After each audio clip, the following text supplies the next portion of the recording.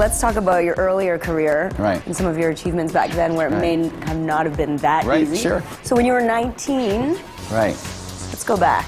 I'm just kidding.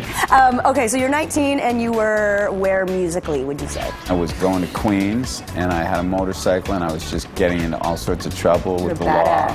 Well, just stupid stuff. Stupid stuff. Yeah, and you don't have to edit that now. Yeah, right. And just, you know, some pretty serious trouble. And my folks said, my mom signed a little contract and got me a passport and said, you can go anywhere you want, but you have to go now and you can't come back for 5 years. So it was pretty serious trouble. Oh, man. And so, okay, I'll go to England.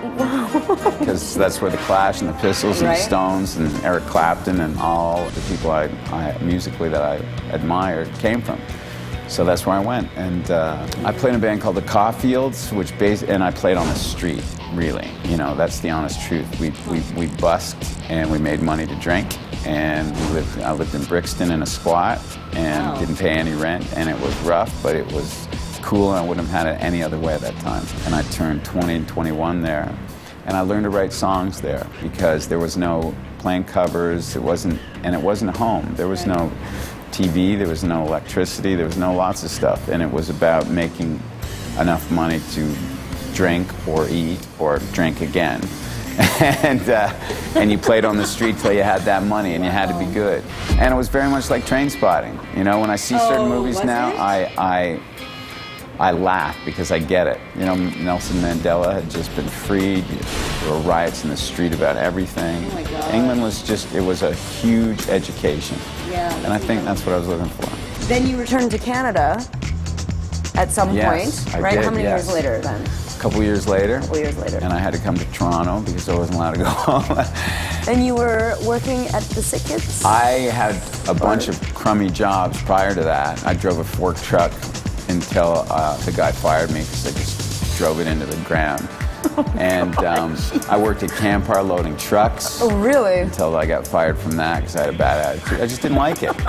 Then I got a job at the hospital for sick children.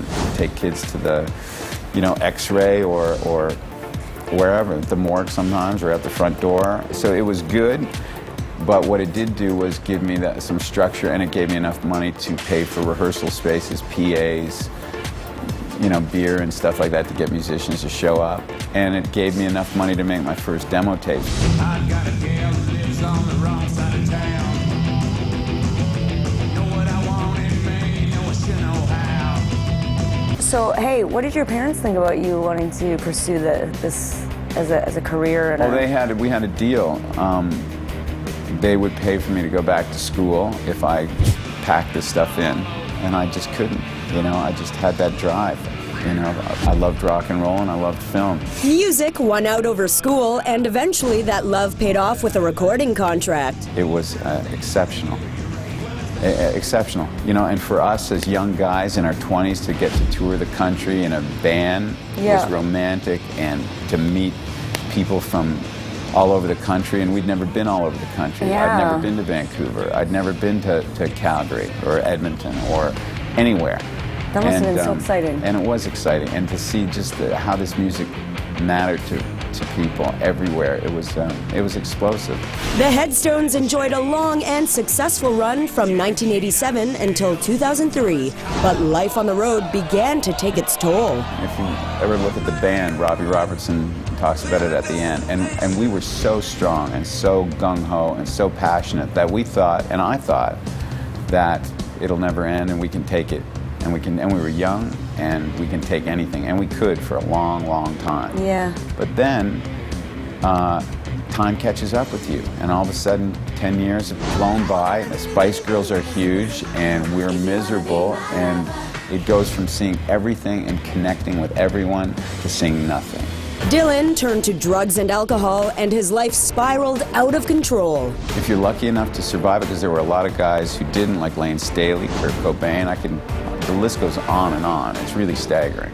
And I was lucky that I had a family, and I had a girlfriend who I'm married to now, Midori, and I had to pull the plug for personal reasons. And I think that's when I needed to you know, get professional help. You hit bottom hard enough and fast enough that it's so shocking, and you gotta want it. because lots of time I cleaned up there for a while. Hey, I'm cleaned up.